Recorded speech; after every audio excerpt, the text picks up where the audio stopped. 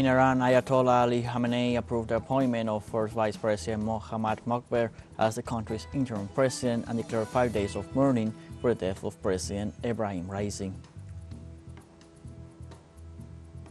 In the Dominican Republic, Luis Abinader was elected president for a second term with more than 59% of the votes.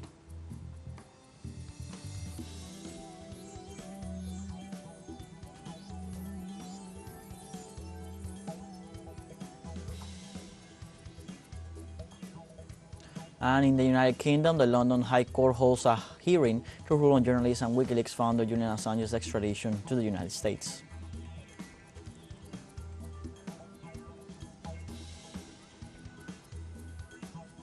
Hello, welcome to From the South. I'm Luis Alberto Matos from the teleSUR studios in Havana, Cuba. We begin with the news. The leader of the Islamic Revolution in Iran, Ayatollah Sayyid Ali Khamenei, approved the appointment of first Vice President Mohammad Mokber as the country's interim president on Monday.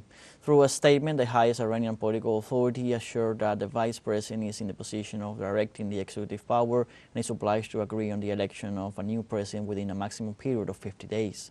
In this regard, Khamenei declared 5 days of national mourning for the martyrdom of President Sayyid Ibrahim Raisi after the helicopter in which he was being transported was involved in an accident. On the other hand, it was confirmed that until now, Iranian Deputy Foreign Minister Ali Bagheri Kani will serve as acting foreign minister after the death of Foreign Minister Hossein Amin Abdullahian.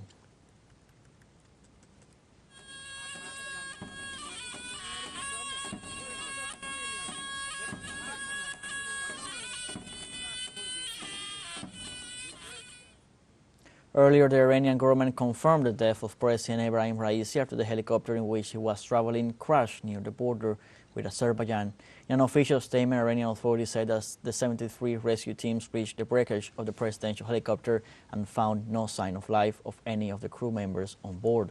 The Iranian government also emphasized that the search efforts were carried out in difficult weather conditions with dense fog and extreme cold. Furthermore, the authorities reported that the foreign minister Hossein Amin Abdullahian and the governor of East Azerbaijan province Malek Rahmati were also on the helicopter and were also declared dead.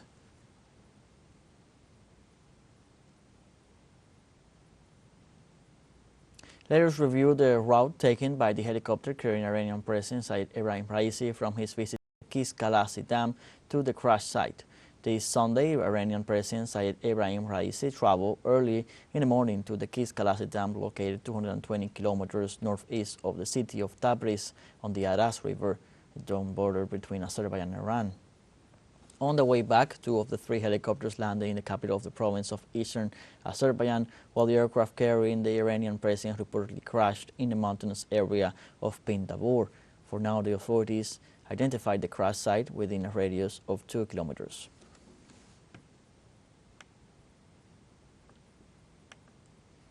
Ibrahim Raisi, 64 years old, served as national president since 2021 when he won the elections with 61% of the votes in his favor. He was also a member of the Assembly of Experts since 2007 and served as Attorney General between 2014 and 2016.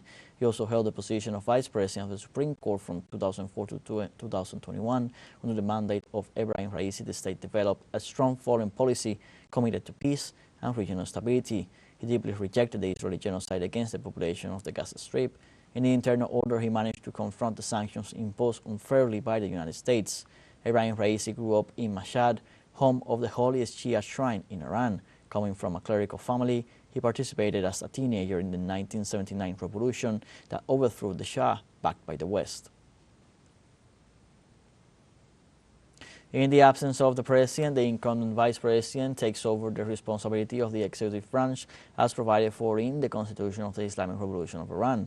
In Article 131, the Iranian Magna Carta mandates that upon the death, dismissal, resignation, absence, or illness for a period of more than 2 months of the president, the vice president shall assume the reins of the country subject to the consent of the supreme leader of Iran. In this regard, the temporary president should form a council with the presidents of the Islamic Consultative Assembly and the judiciary, as well as the vice presidents, which in turn, in a period of no more than 50 days, will proceed to elect the new Iranian president. Let's now look at the profile of Mohammad Mokber, Iranian first vice president. which, according to Article 141 of the Constitution of the Islamic Republic of Iran, assumes the acting presidency with the approval of the Supreme Leader Ali Khamenei.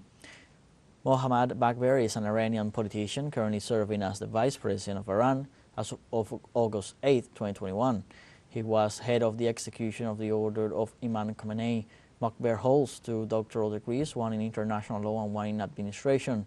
He also serves as chairman of the board of directors of a major banking institution and is deputy governor of the province of Khuzestan. He served as an officer in the medical corps of the Islamic Revolution Guard Corps during the Iran-Iraq War.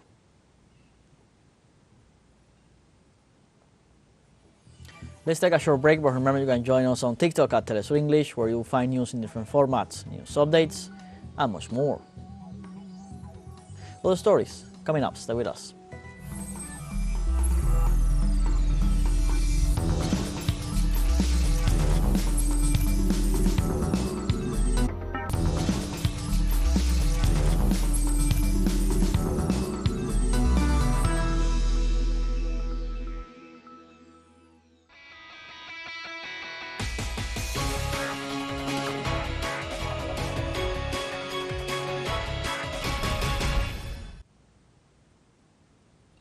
Welcome back. In the Dominican Republic, Luis Abinader was elected president for a second term with more than 59% of the votes. Abinader obtained a wide advantage over Leonel Fernandez, who received 27.30% of the votes, while Abel Martinez obtained 10.41%. Likewise, both candidates recognized the victory of Luis Abinader. Electoral authorities reported a turnout of 24.31% of the electoral roll.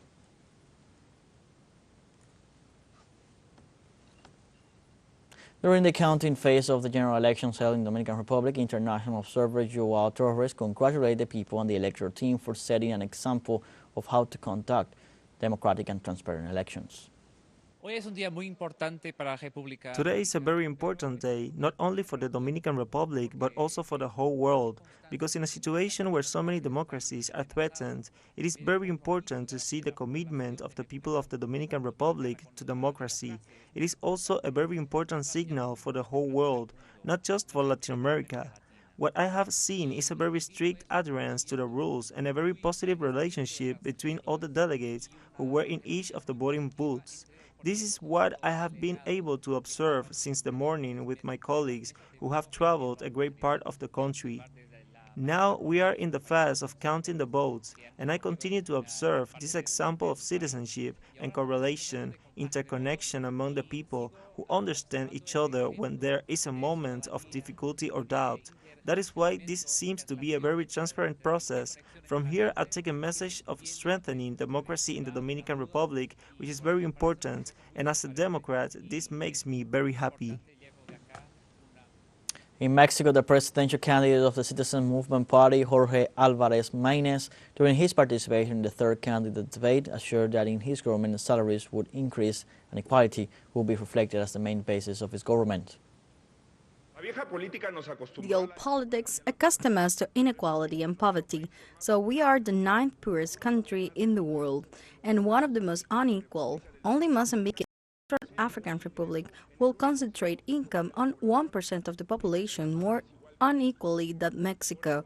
That is why we have proposed that they continue to increase wages and that we have a decent working day policy with 2 days of a rest a week. Just like a few years ago, the Prime had the minimum wage of the 70 pesos a day and told you that if we increase it, the Mexican companies will go. Today, faced with our proposal for a minimum wage of 10,000 pesos a month and 2 days of rest a week that companies will go, I wonder where they will go if the United States the minimum wage is 30,000 pesos and the working day is 40 hours. They will not go anywhere because in the New Mexico, companies and workers will win. We're all going to win. The presidential candidate of the Citizens Movement Party announced that he will promote a policy of attention to early childhood to generate equal opportunities. Since the first debate, I have said that for the sake of all of us, we must first put girls and boys. If anyone suffered the ravages of poverty in this country and discrimination and all the issues that Luisa Cantu mentioned, it is the girls and boys of Mexico. That's why we're going to promote an early childhood care policy to generate equal opportunities from that moment. And the best social program is decent employment, which is why I'm talking about salary of 10,000 pesos a month and a decent working day that neither Priam nor the brunette wanted to approve at the Union Congress, with 2 day rest a week, because more working hours is not more productivity, because in this country 2 out of 10 pesos that enter companies are workers. In Germany is the triple and Costa Rica is more than the double. That's why we need a policy in favor of equality. During the third presidential debate, the candidate of the Force and Heart Coalition for Mexico, Xochitl Galvez Ruiz, indicated the alleged lack of attention in health services during the pandemic. 50 million people do not have access to the health services. Only 3 out of 10 million children have vaccines. There is a shortage of medicines. That is the truth. That is not the most serious. The real scientists a few days ago talked about the lack of the pandemic management of the 800,000 deaths could have prevented the death of 300,000 people. 300,000 people who lost a loved one. In addition, Galvez indicated that for his campaign proposal, it is planned to strengthen national security systems.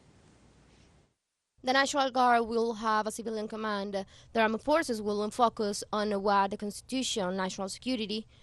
We will strengthen the state and municipal police, patent wealth, and certifying them technologies, the largest investment in culture, in sports, and public spaces. But above all, they will have a president with character to confront criminals with the heart to take care of you.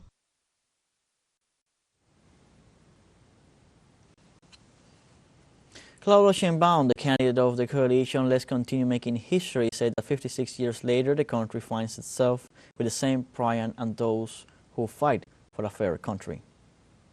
Very good evening. With me here, where one of the most painful episodes in Mexico history occurred, the October 2nd repression, when a priest president ordered the repression and murder of young people fighting for freedom. 56 years later, we find ourselves here with the same Brian and us, those young sons and grandsons of 68, together with millions of Mexicans, building a more just country.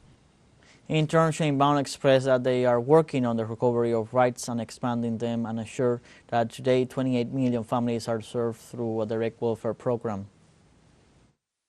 For us, social policy means the welfare and happiness of the people. We are recovering the rights and extending them, which the prior turned into commodities, privilege, and businesses. Today, 28 million families receive a welfare program. 8 out of 10 families in our country end directly, without any intermediary. The minimum wage increase and also increased working conditions for workers. Poverty decrease and equality decrease for the good of all. First, the poor. It means justice, it means humanism, and it also works because the economy is better today than ever. There is no turning back in the transformation.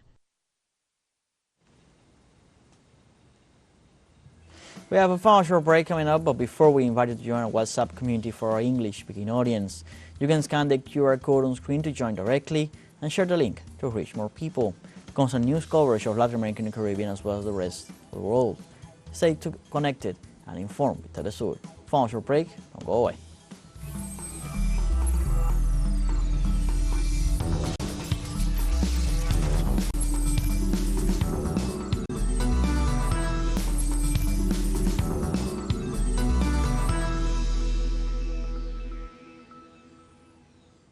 Welcome back. In the United Kingdom, journalist and WikiLeaks founder Julian Assange faces a hearing in the London High Court on Monday to decide whether he will continue to be held on British soil or be extradited to the United States.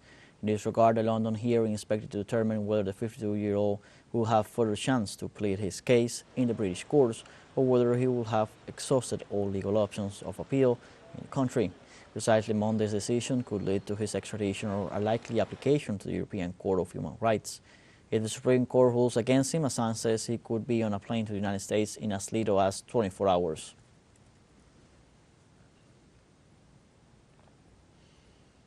At least one person was killed and 16 others injured in an attack by Ukrainian forces on a minibus in the southwestern Russian province of Kherson. The announcement was made by the governor of the province, Vladimir Saldo, who said the attack was carried out by a drone against a bus carrying civilians from another municipalities who were expected to participate in the strawberry harvest. The Kherson region seceded from Ukraine and became part of Russia at the end of September 2022 following a referendum won by an overwhelming majority. Russia currently controls 75% of its territory. The eastern shore of the Dnieper, including the city of Kherson, remains in Ukrainian hands. In the Democratic Republic of the Congo, at least 3 people were killed following a failed coup d'etat. Congolese Army spokesman Brigadier General Sylvain Ekenge said the incident occurred early Sunday morning in the vicinity of the presidential palace. He said the Congolese Army was able to thwart the attempted coup by preventing the attack on the residence of federal legislator Vital Kamerhe. The authorities have denounced the presumed involvement of foreign agents and a military group under the Syrian flag.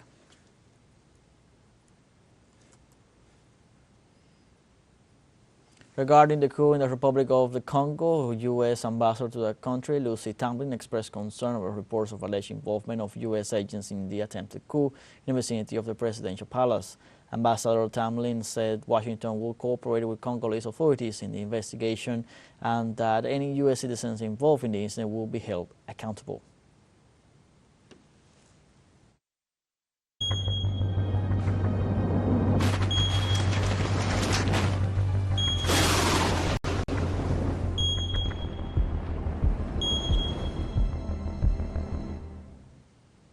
Meteorological authorities in Mexico warned that a third heat wave will hit several regions of the country on Monday, with temperatures exceeding 40 degrees Celsius. According to the National Meteorological Service, the climatic phenomenon will continue throughout the week, and it was estimated that the thermometer could reach 45 degrees Celsius in regions such as Michoacán, Guerrero, Veracruz, among others.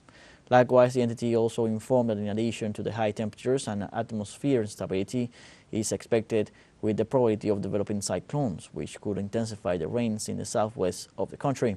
So far, at least 10 deaths related to the heat wave have been recorded in Mexico in 2024, while another 40 have been hospitalized for heat stroke and sudden dehydration.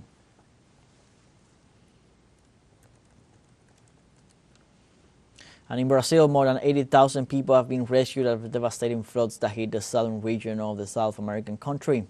According to local authorities, besides the rescued people, there is also a total of 806 injured and 156 dead, as well as 94 people still missing. Precisely, heavy rains in the state of Rio Grande do Sul have damaged 90% of the territory with floods and landslides, making it the most affected state in the country. In this regard, the state government of Rio Grande do Sul announced the construction of 4 temporary cities in the cities of Porto Alegre, Canoas, Sao Leopoldo, and Guaiba, where thousands of affected people will be sheltered.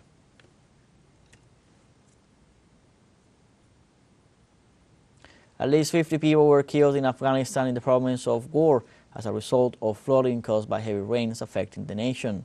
Afghanistan has witnessed unusually heavy seasonal rains. The western province of Ghor has been the worst hit by the floods, local authorities reported. Residents of the province are seeking shelter in hilly areas amidst various problems after losing their homes and land and sources of livelihood. Meanwhile, relief teams remain deployed to help the affected.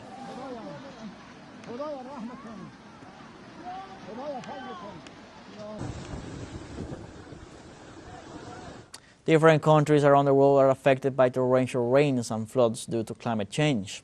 According to the United Nations, the rains and floods have affected almost 1 million people in East Africa, including more than 300,000 displaced people in Kenya, Somalia, Burundi, and Tanzania. In addition to the rains, the continent is facing record high temperatures, especially at night, when temperatures do not cool. In that sense, Niger and Burkina Faso had the hottest nights during the month of May, with temperatures between 40 and 43 degrees Celsius, while in Chad, temperatures have remained above 45.6 degrees Celsius during the month of May.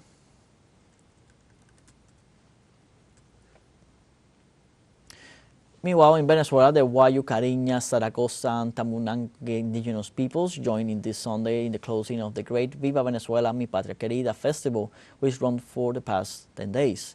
The show started in the afternoon at the Plaza Sucre in Catia in Caracas, where the ethnic groups showed the best of the Venezuelan traditions with rhythms, songs, and dances. The show included the special participation of Master Jesus Sevillano and some international guests, as well as the presentation of the group Garota, Ñema, and Taja. In the coming weeks, the festival will be extended to all regions of the country.